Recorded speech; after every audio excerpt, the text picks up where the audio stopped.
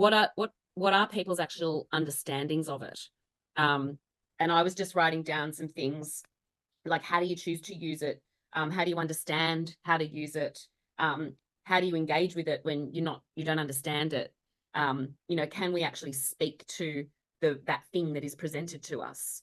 And so it's that talking about the planning cycle is really important, but it's also going, what's our understanding of it? Is it when is it being used, or da da da da da da, or is there something, which is why I guess it does my head in so much, is because, I think you said about, authentic observations or authentic encounters with children. They should generate other thinking. Yeah. Not now I'm observing, now I'm implementing, now I'm da da da da da da. It's feels quite robotic. That's why I'm quite terrified of the planning cycle myself, because I've seen what it does to other people if you don't understand it. And that's Yeah. why the notice, note, and name. And sometimes we put nudge on the end of notice, note, and name as a way to keep it going. Okay. Notice, note, name, nudge. Notice, note, and name is essentially what the planning cycle is in a more inclusive set of language. And that was developed, with a group of educators in a teacher research project between Oslo and Sydney, actually. And that notice, note, and name was how we built shared language across 2 different cultures. And that idea of noticing, noting, and naming, noticing, noting, and naming, noticing, noting, and naming actually is in itself just a friendlier way to talk about the cycle. But the problem is, we look at the cycle, and I think a lot of people actually don't know. And I'm not being judgmental, I'm being critical. I think we don't understand it. And we sort of go, the planning cycle, but we actually don't understand what it is and what it does. Do you get me? It's like, your thinking is really beautiful around this. You've got a team, you're struggling to work it out. That's really beautiful, critical thinking.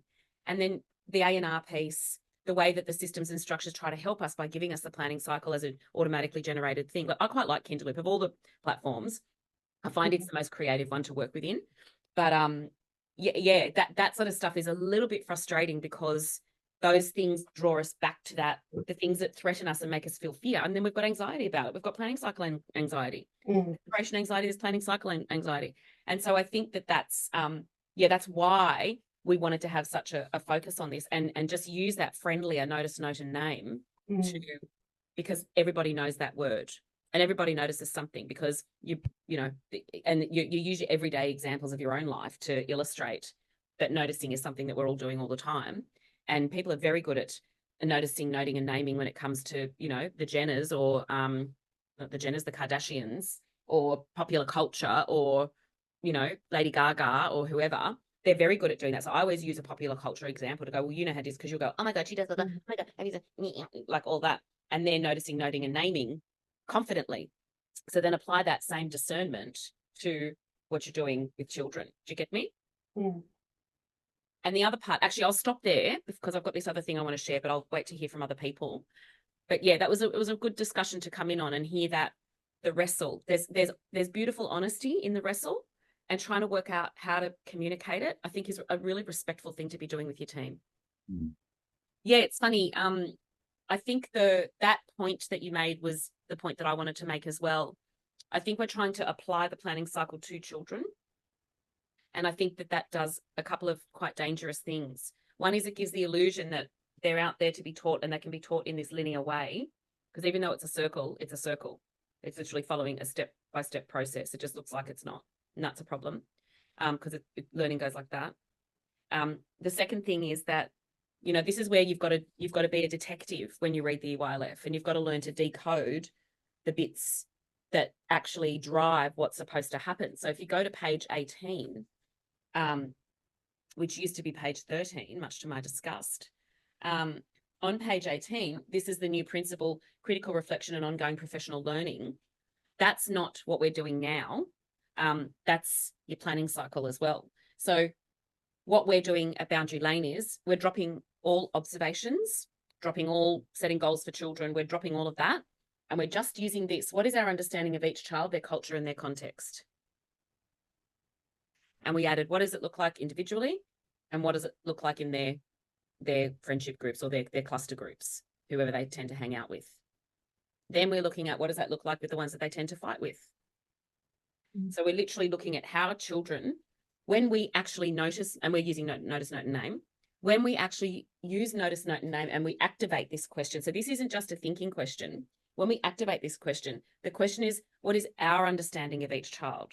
So it would be bizarre if me and Anthony had the same understanding of children. There might be common things we notice, but we should have completely different understandings of those children, because we should see different things, because Anthony and I have different cultures and contexts. We have similarities in our knowledge. We have similarities in our politics and our experience, but they should be different, so that in my team of 4 people, I've got 4 different perspectives on children, which then starts to illuminate the significance of page 13 of the EYLF.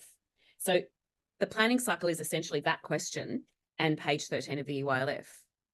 So when you put, and all of that is done through notice, note, and name. So notice, note, and name, what's going on for children. Then you go, when I notice this about children, I have actually learned something about them. It's not about me assessing a child. It's about what have I learned by looking at, asking the question, what is our understanding of each child, their culture and context? So we're just going to ask this one question for a whole year. Notice, note, and name, and page 13. That's it. And what we're doing is writing down, Michelle saw da-da-da-da-da, Red saw la-la-la-la-la. I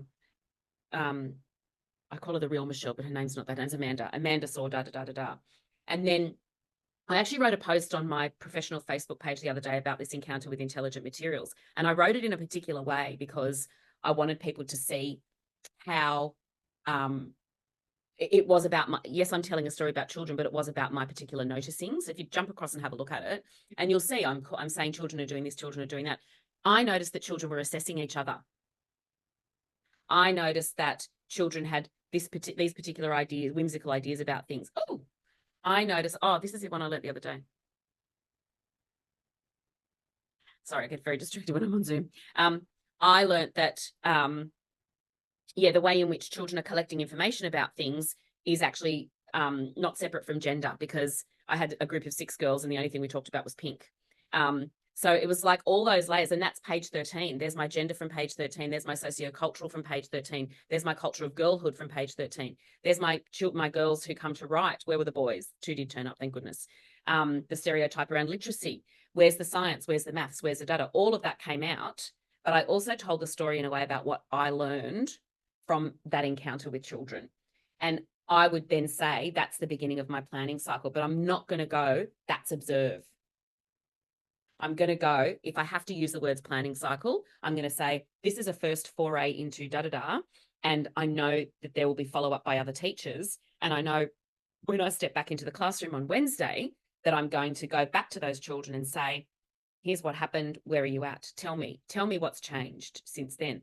Then again, I learn what mastery they have encountered. I learn. So I'm doing the learning, because my job is not to teach children, it's to study them and be curious about them.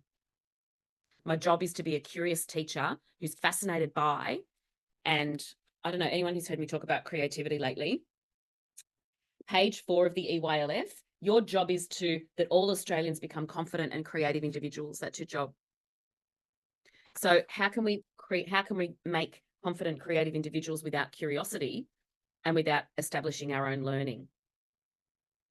So then, yes, in our own learning, we're talking about what we notice, note, and name, but we don't only assess that as children's learning. You will know, because our child development knowledge is so pervasive and so strong.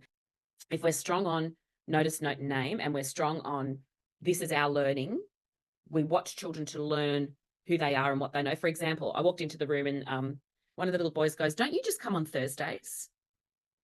And I thought, that's a pretty good piece of information for a 3-year-old to remember. And I said to Michelle, anyway, so I sat down and I said, what else is in your brain? And then he just started telling me all these bits and pieces. So I learned this much about that child. And I said to the ed leader, I said, this is what I just learned about this child. And she was like, oh my God, that's amazing. I said, that's a 5-minute conversation. So when I'm listening to learn, then it's a completely different experience of I'm looking to plan. Do you get me? So I'm outward there looking to plan for you, because you've got no pincer grasp, and look, if they can pick their nose and eat it, they've all got fine motor as far as I'm concerned. And I haven't met a child yet who can't pick their nose and eat it. So it's that whole thing around, if I'm looking to plan, I'm going to miss. But if I'm noticing to learn, then that's another whole experience. And like you, Melita, we when we're at Tillman Park, in fact, Anthony, and we started these diaries. I can show one to you, how we used to do it. And we had this discussion about whether that information should be available to families. It's different now because so much is online. And we decided that we weren't going to hide anything from families, but we also, and maybe it's because we had such a strong focus on social justice and it might have been perceived as dangerous, but, or difficult, to quote Professor Kerry Robinson, that we just wanted a space where we could have this radical honesty about our practice and to be completely vulnerable about what we knew, what we didn't know, our experiences of racism, our acknowledgement of our own racisms or sexisms or whatever's as we went along, because that's not separate from the work. So we made that decision to have that stuff. And one example was Panyota, who was, she's the baby whisperer, Greek Orthodox woman, most amazing person with babies. That was way back when, in the gay care era, when we just started reading the books about the Rainbow Cubby House and stuff. And she said, I can't read that book to the children because I'm a Greek Orthodox because of my religion. And I said to her, I can see your point of view and I want to respect you and receive you wholly as you are. But what about this and what about that? And what, it's our job, and what about the children and da, da, da, da, da. At that time I was vegan. And I said, I think feeding children meat, you may as well feed them concrete or washing powder. I don't think meat is food, but I do it.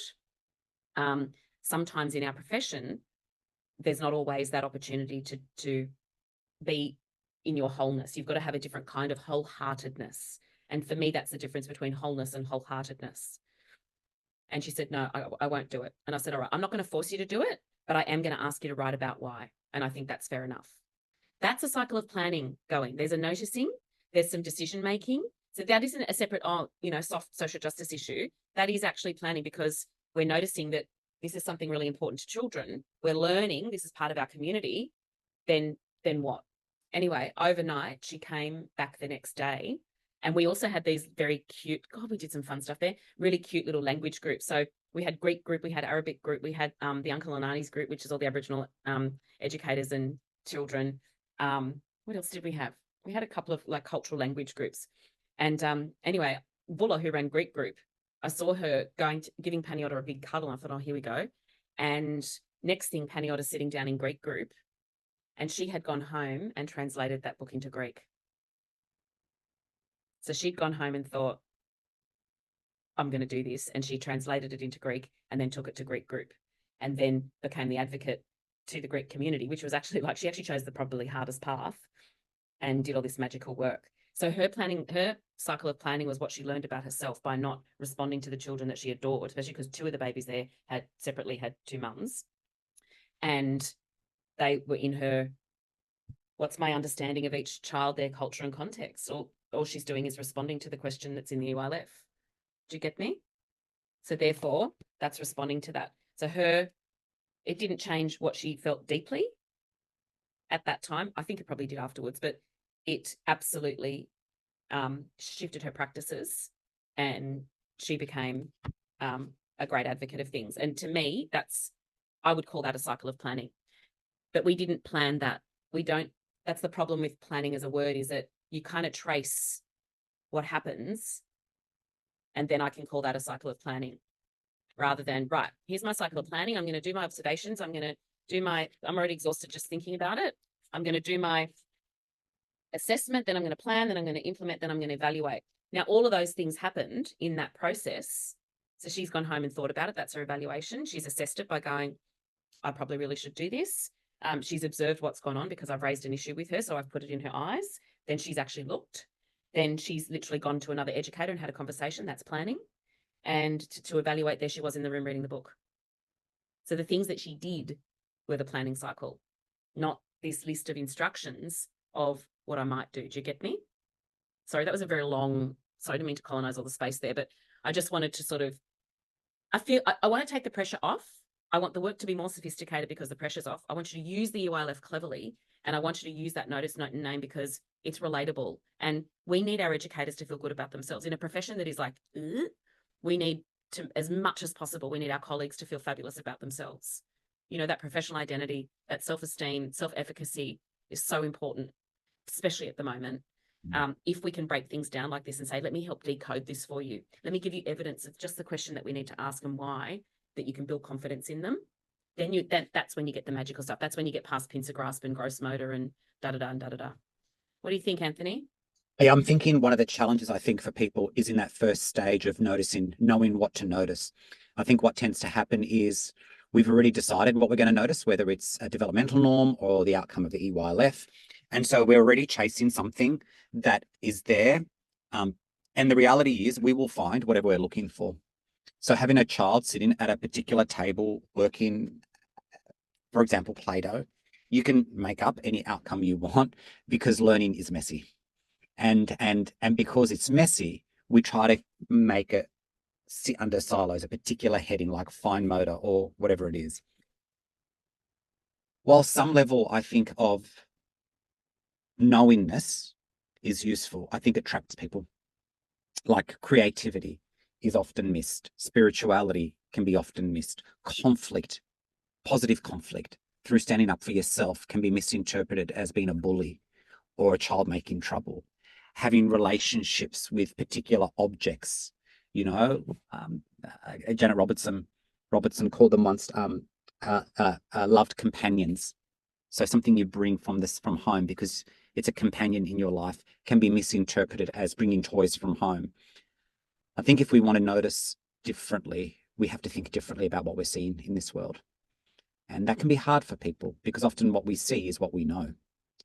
And one of the best ways, I think, to broaden the cycle of planning is to think about what's happening really differently. And I think that's a challenge. It's a challenge for people because you only know what you know.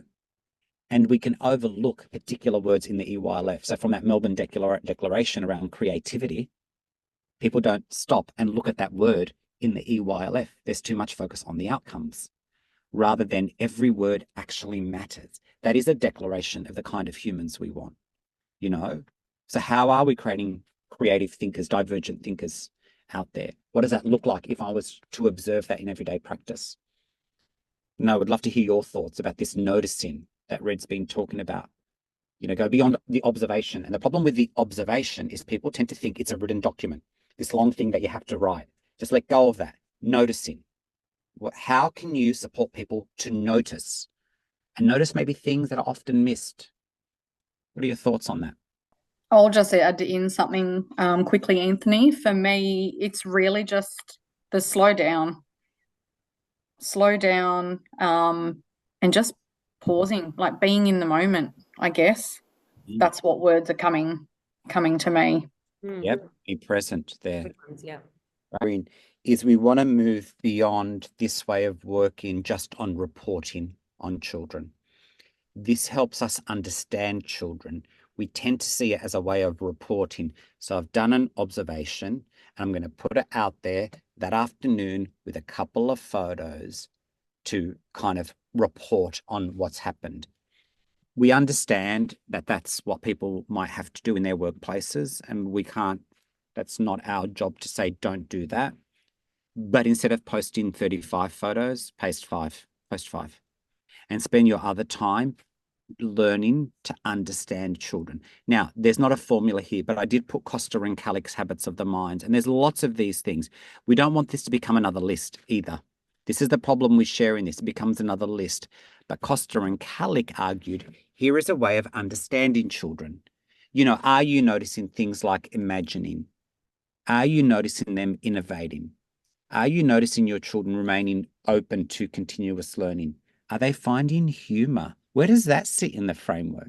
I mean, if you've been around children who use kind of toilet humor, it's quite hilarious. It's a way of them connecting with each other. Are they striving for accuracy, that infant? Are they trying to grab something again and again? And this is not about fine motor. This is about striving for accuracy.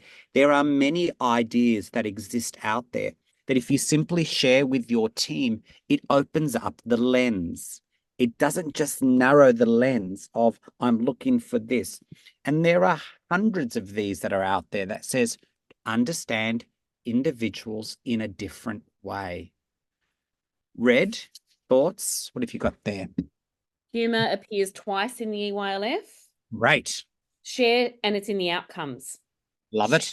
We've got to make children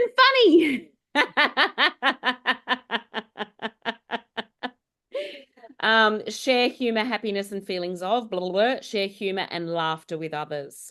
So Right. that would be around well-being. The other thing I was sort of fluffing through, as I do, you know, I'm all obsessed with this book, is that I think we focus on assessment of and assessment for children's learning and assessment of children's learning. The one I think we don't focus on that we should focus on more is assessment as learning. Yeah. So again, that post I wrote the other day, in my expression of what happened, I'm writing, I noticed the children assessing each other. They said da-da-da and they noticed da-da-da and they blah, blah, blah, blah, blah. And they draw my attention to what they noticed about other children. And that is a form of assessment as learning. And so that's where that shift from assessment can also be a scary word. And I hear, who said that? Somebody talked about it, and I hear you, that the assessing can kind of become the thing, and not assessment and rating. I mean, assessing of children, but I think the shifting from what you talked about, Anthony, from reporting to actually embracing this idea on assessment in order that it's assessment as learning and that we're not frightened of that. And when you see an example of how you've noticed children assess each other, so one of them said, oh, she's using capitals. Capitals are easier to write. She's something, and or left hand or this or that. And so I was like, oh, they're drawing my attention to all these things. That's great. But not only am I learning what they're doing, I'm learning that they're actually assessing each other at the same time as doing all this stuff together. So it was like these layers of that third part on page 25, which is probably worth a little look. And that's, again, how this plugs into the cycle of planning, or the notice, note, and name, that the EYLF isn't, there's that nice bit and that nice bit, but it's how you make it work together, how you recognize that is actually going to drive what's going to happen in planning. Because whatever happens in that story that I've reported on is going to inform what's next. And I'm not going to go, here's what you said last time. I'm going to go, I'm really curious. This is what happened a week ago. Where are you at? Is it the same? Is it different? Is it whatever? So I go in with a question around curiosity that's going to teach me what page 18 asks me, which is, what are my understandings of each child, their culture and their context, whether individually or together? So I go in curious about it. Yeah, because what tends to happen, what we privilege, is assessment of the learning. And assessment of the learning happens at the end of something. So the child's been involved in a project or an activity that you've set out, and you assess it at the end. So you have assessment of the learning. Assessment for the learning happens during. So while they're engaging, you notice you want to complicate their thinking, so you add different materials. So assessment for happens during the moment. And assessment as is where children see themselves as learners, and they assess themselves as well as each other. And you can do that through, for example, making planning documents available to children. I've popped in there, and I'll email this up to you all, the provocations on assessment, which Sally Barnes wrote for us many years ago, which outlines this. This would be a really good resource for you to share with your team. I'll actually email it to everybody. It's a short book. It's so good. It's got good examples in there. But again, it challenges us by what we know about the cycle of planning.